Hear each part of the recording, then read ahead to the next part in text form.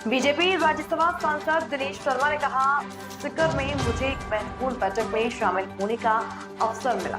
प्रधानमंत्री नरेंद्र मोदी के नेतृत्व में भारत सरकार ने नई शिक्षा नीति बनाई है, जो रोजगार, मूल्यांकन, प्राचीन ज्ञान के संरक्षण, सांस्कृतिक और आध्यात्मिक विकास, वैज्ञानिक उन्नति, राष्ट्रीय चेतना के जागरण और नैतिक शिक्षा के सुदृढ़ीकरण पर केंद्रित है। यह नीति देश के सफल विकास और युवाओं के उज्जवल भविष्य के लिए एक महत्वपूर्ण कदम। आत्म का समावेश, विज्ञान की प्रगति और राष्ट्र की चेतना का जागरण के साथ साथ नैतिक शिक्षा की प्रबलता, इन बिंदुओं को लेकर नई शिक्षा नीति को बनाया है।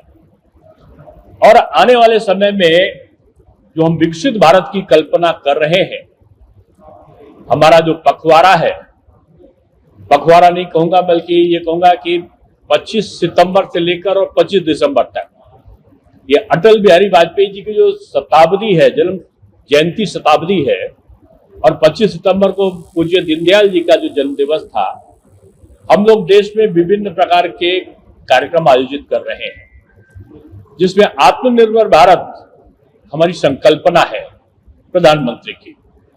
और शायद इसके द्वारा जो 2 लाख करोड़ रुपया जीएसटी के उपहार के रूप में जो कम किए हैं, ये दिवाली का जो बोनस है, वो मैं समझता हूं कि नवरात्र के पहले ही प्रधानमंत्री जी ने भारत के लोगों को दे दिया।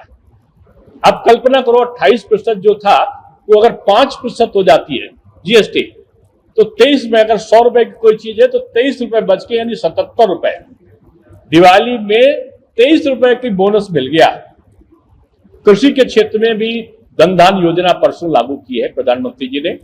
42,000 करोड़ रुपए की कृषि क्षेत्र में जैविक खेती के साथ साथ दलहन का उत्पादन बढ़े, यानी आत्मनिर्भर भारत की संकल्पना के लिए आज भारत तेजी से 2047 के अपने लक्ष्य की तरफ बढ़ रहा है। और इसके लिए जरूरी है कि लोग शिक्षा के क्षेत्र में चैतन्य भाव से आगे आए।